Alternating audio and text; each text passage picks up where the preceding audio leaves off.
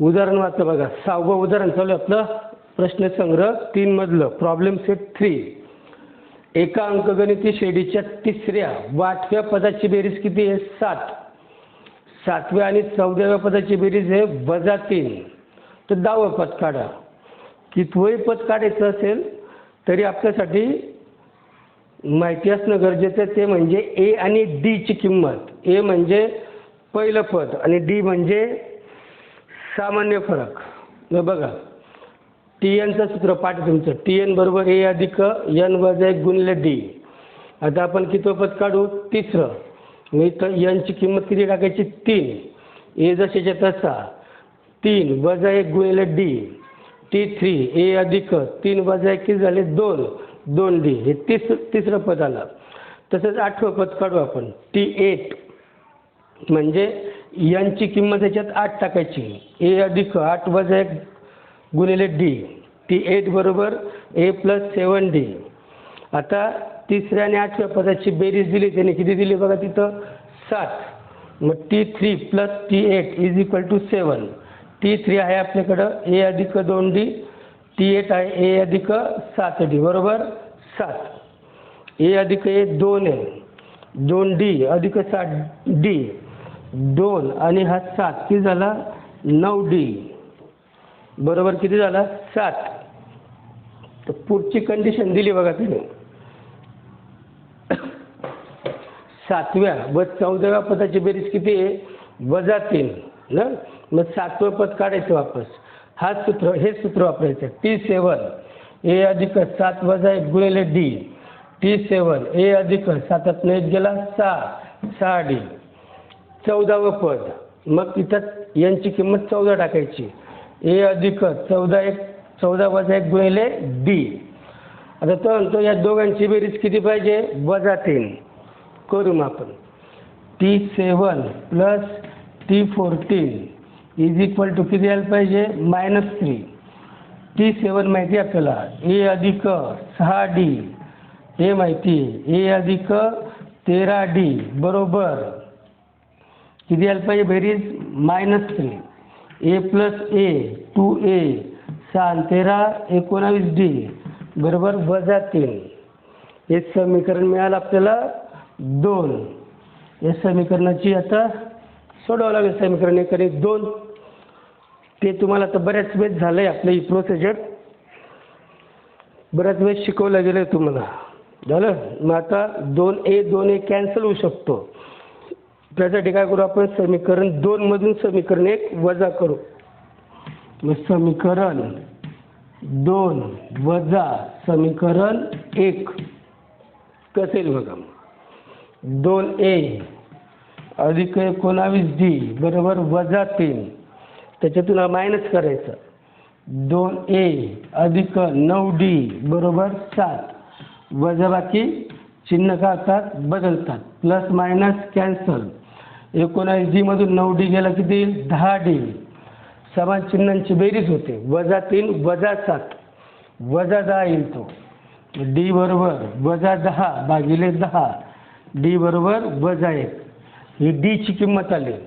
आता काय काढावं लागेल आपल्याला? A ची किंमत. मग समीकरण कोणतं एक वापरा मिळून जाईल तुम्हाला. समीकरण 1 मध्ये टाका किंवा 2 मध्ये टाका. हे सोपं वाटतं आपल्याला. मग याच्यात टाकू आपण. मग असं आता तर समीकरण 1 मध्ये D ची किंमत टाकायची. 2A अधिक 9D बरोबर किती? 7. 2A अधिक 9D बरोबर 7. 2A अधिक 9 गुणिले D ची किंमत -1 बरोबर 7. 2A धन ऋणांचा गुणाकार ऋण येतो. 9 1 9 बरोबर किती? 7. पुढची स्टेप तुम्हाला कळते बरोबर. -9 आहे तिकडे जाताना काय तो प्लस.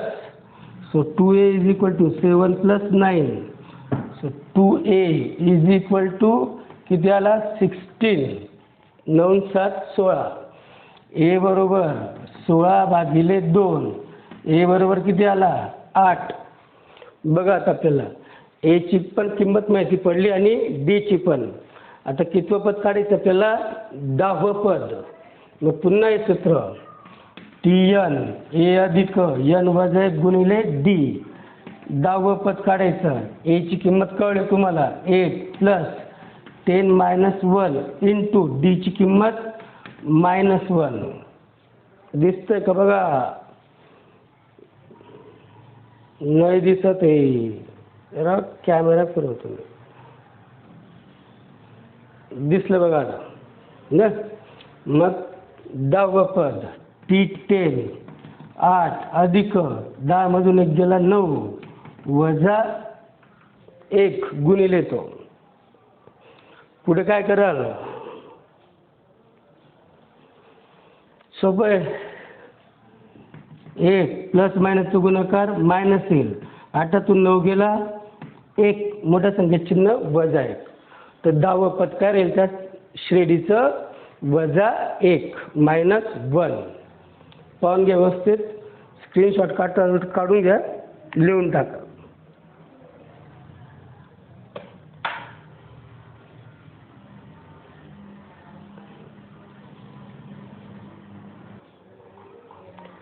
सातवं उदाहरण वाचा बघा आता. एका अंकगणित श्रेणीचे पहिले पद वजा 5 आहे आणि शेवटचे पद 45 आहे आणि त्या सर्व पदांची बेरीज किती दिली तुम्हाला? 120. तर एकूण किती पदे म्हणजे n काढायचं आहे आणि सामान्य फरक म्हणजे D काढायचा आहे. मग आपल्याला काय काय दिलं बघू आपण. पहिले पद कशाने दाखवायचं? तर A किंवा T1 ने वजा 5 दिला आहे. शेवटचं पद म्हणजे TN असतं ते किती? 45.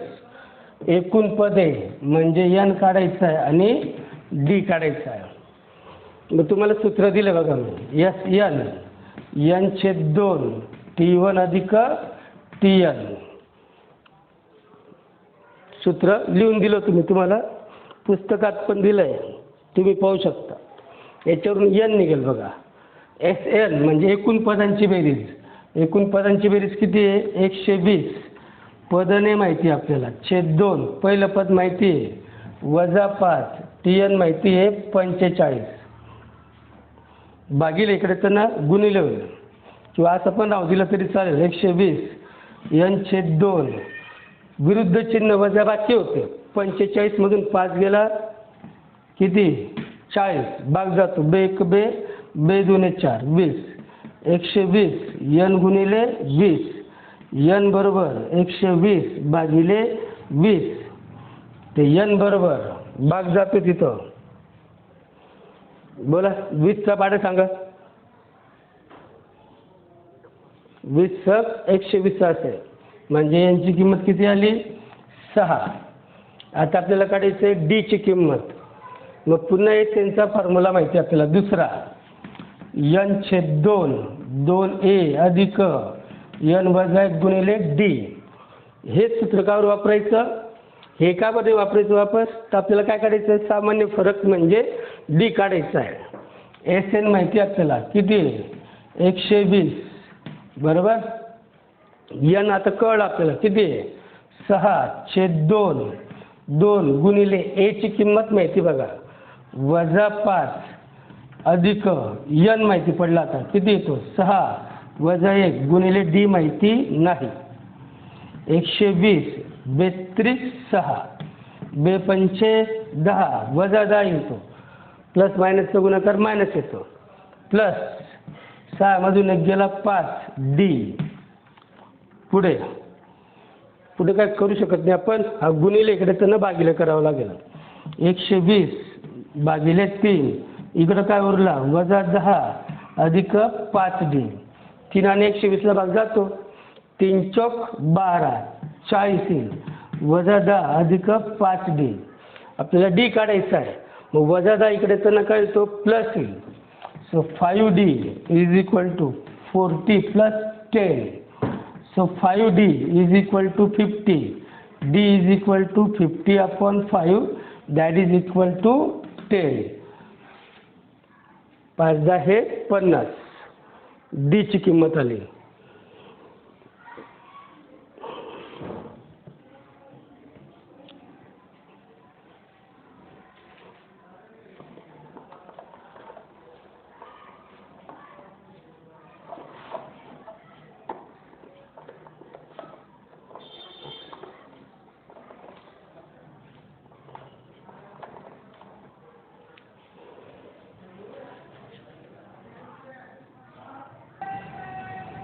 पुढचं उदाहरण वाचा बघा, 8वं. 1 ते n नैसर्गिक संख्यांची बेरीज 36 आहे, तर यांची किंमत किती? The sum of 1 to n natural numbers is 36. Then what is the value of n? आपल्याकडं n काढता येतो आपल्याला. नैसर्गिक संख्यांसाठीचं सूत्र दिलं होतं तुम्हाला, काढलं होतं आपण. का तर नैसर्गिक संख्यांचं सूत्र असं, नैसर्गिक संख्यांची बेरीज सम ऑफ नॅचरल नंबर्स. किती संख्या असतील, नैसर्गिक असतील, तर त्यासाठी तुम्हाला सूत्र वापरावं लागतं. Sn बरोबर n कंसात n अधिक 1 छेद 2. बस याच्यात किंमत टाकायची, उत्तर मिळेल आपल्याला. जे जे माहिती ते टाकू शकतो आपण. Sn म्हणजे बेरीज. किती बेरीज आहे ती? 36. n नाही माहिती +1/2. याला इकडे आणा. 36 गुणिले 2. n याला जाऊ दे, एक पुढची स्टेप करू आपण. 36 दुने 72. n गुणिले n वर्ग अधिक n प्लस आहे. इकडे तर नका येतो मायनस, मग इकडे काय उरेल 0. मला लिहिताना लिहितो n वर्ग अधिक n वजा 72 बरोबर 0. आपलं एक प्रकरण झालं, वर्ग समीकरण, क्वाड्रॅटिक इक्वेशन. ते वर्ग समीकरण तयार झालं, हे सोडवावं लागेल. वर्ग समीकरण सोडवताना हे जे शेवटचे पद आहे, अशा 2 संख्या फाईंड करायच्या, शोधायच्या की ज्यांचा गुणाकार 72 आणि ज्यांची बेरीज 1 यायला पाहिजे. सोपं आहे, पाढे तुमचे 9×8=72 बरोबर. इथं मायनस चिन्ह आहे, तर तुम्ही ज्या संख्या शोधल्या एकाला प्लस आणि एकाला मायनस द्यायचं. मग मधल्या पदाकडे पाहायचं. मधलं पद काय आहे? प्लस. ते मोठ्या संख्येला आणि ह्याला मायनस. ते n वर्ग अधिक n हा 1 n असतो ना, इथं 1 असतो, आपण 1 लिहत नाही. मग हा n न लिहिता तो 4च्या रूपात लिहायचा. 9n वजा 8n वजा 72 बरोबर 0. 9n मधून 8n गेला किती उरेल? 1n म्हणजेच n. इथं 2 गट पाडतो आपण. 8वीला झालं तुमचं, 9वीला झालंय वर्ग समीकरण. याच्यात काय कॉमन दिसतोय? n वर्ग मधून n कॉमन गेला तर काय उरेल? n अधिक 9n होता, n तर बाहेर आला कॉमन, काय उरेल? 9 मायनस इथं कॉमन निघतोय 8. का बरं? इथं n नाही आहे, पण 8च्या पाड्यात कोण येतो? 72. मग 8 कॉमन काढला, काय उरेल? n. जर इथं मायनस चिन्ह असेल तर हे चिन्ह बदलतं. 8×9 72 म्हणजे +9 = 0. नेहमी दोन्ही ब्रॅकेट जे दोन्ही कंस सारखे द्यायला पाहिजे. तो कंस सारखा आहे, मग तो कॉमन काढू आपण. 9+1 कॉमन काढला, हा तर बाहेर आला, काय उरेल? n -8 = 0. सो 2 कंसांचा गुणाकार काय येतोय? 0 येतोय. म्हणजे कोणतं तरी एक ब्रॅकेट 0 पाहिजे.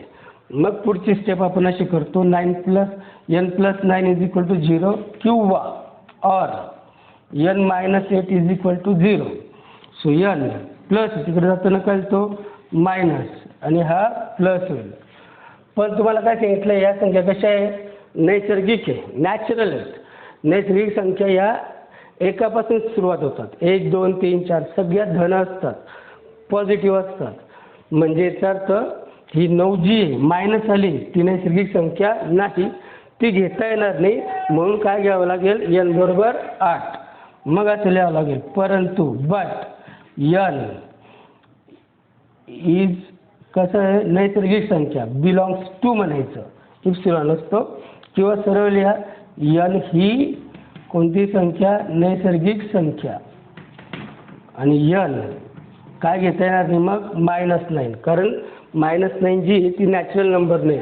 म्हणून एकूण संख्या n बरोबर किती राहील 8. तर n ची संख्या आली आपल्याकडं 8.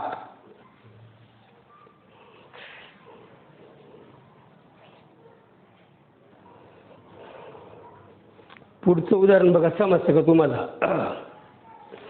207 चे 3 भाग असे करा की त्या संख्या अंकगणिती श्रेणीत असतील व लहान 2 भागांचा गुणाकार किती पाहिजे? 4623 असायला पाहिजे. म्हणजे 207 चे किती भाग करायला लावले आपल्याला? 3 भाग करायला लावले.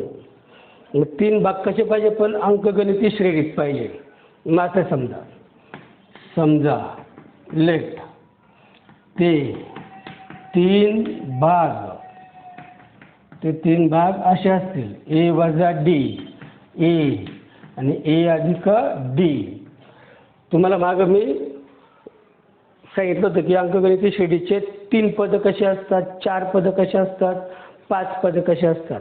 आता त्यांनी आपल्याला 3 सांगितले म्हणून मी 3च पद लिहिले. झालं? आता नीट वाचा बघा व्यवस्थित. पुन्हा एकदा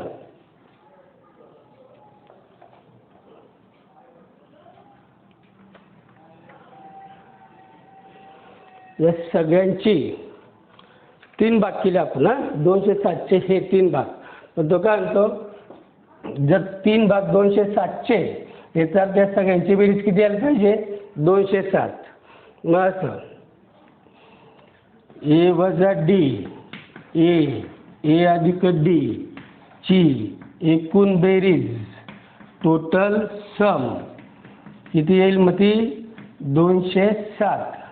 करू आपण बेरीज. ए वजा डी अधिक ए अधिक डी बरोबर किती? 207. Plus minus cancel. ए किती झाला? 3a बरोबर 207. ए बरोबर 207 भागिले 3. भाग जातोय बघा, तुम्हाला येतोय तो किती? 3 × 18, 2 उरले, 3 × 27. ही कोणाची किंमत आली? ए ची किंमत आली. आपल्याला 3 पदं काढायची म्हणजे याचा अर्थ डी पण काढावं लागेल. पुढे बघा तो काय म्हणतो, लहान 2 भागांचा गुणाकार 4623 पाहिजे. बघा ए मायनस डी लहान आहे, त्याच्यापेक्षा थोडी मोठी, त्याच्यापेक्षा मोठी, का बरं इथं प्लस आहे म्हणजे 2 लहान भाग आहे. यांचा गुणाकार किती आहे? 4623. मग असं दुसऱ्या अटीनुसार 2 लहान भागांचा गुणाकार, 2 लहान भाग ए वजा डी गुणिले ए 4623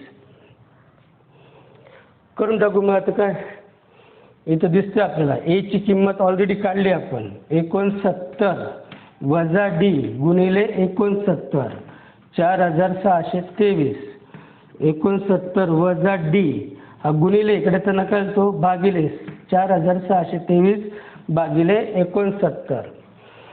या वयात भागाकार येतो तुम्हाला 69 वजा डी 4623 ला 69 ने डिवाइड करा. काम तुम्ही करा.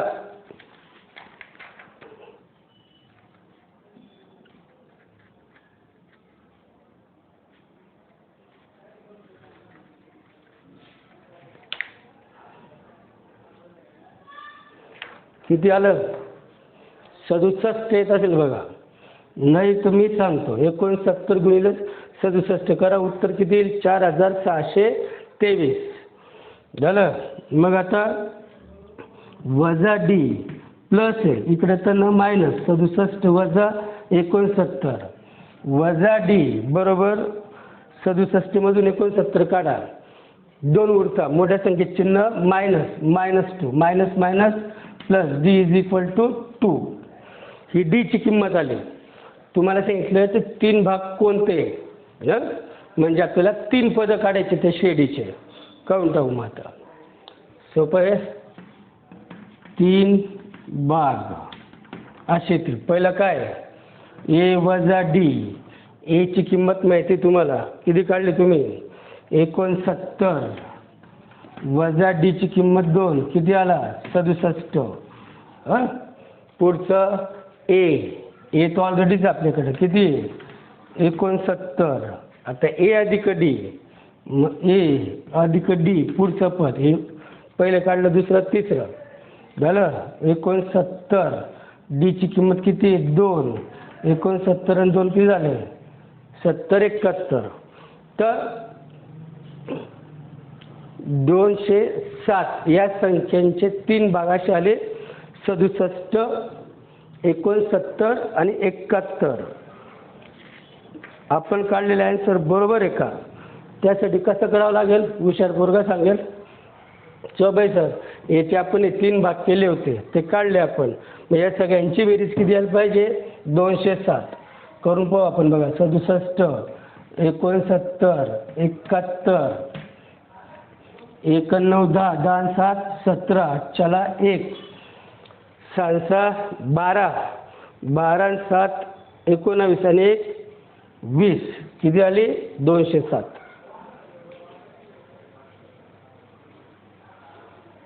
कळलं असेल तुम्हाला.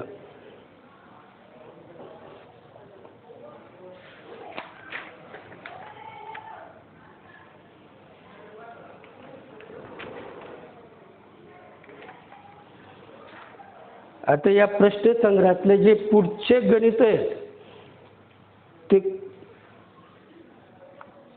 कॅन्सल झालेले आहेत. जो 25% अभ्यासक्रम कमी झाला त्यात यांचा पण नंबर आहे हे पण कॅन्सल झालेले आहे.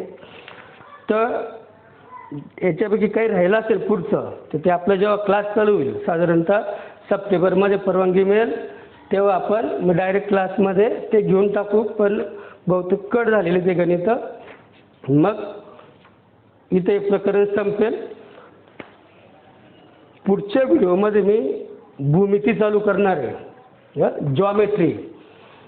जॉमेट्री कठीण विषय असतो, सिद्धता असते माहिती तुम्हाला, प्रूफ असते. तर त्या दृष्टीने तुम्ही तयारी करून ठेवायची.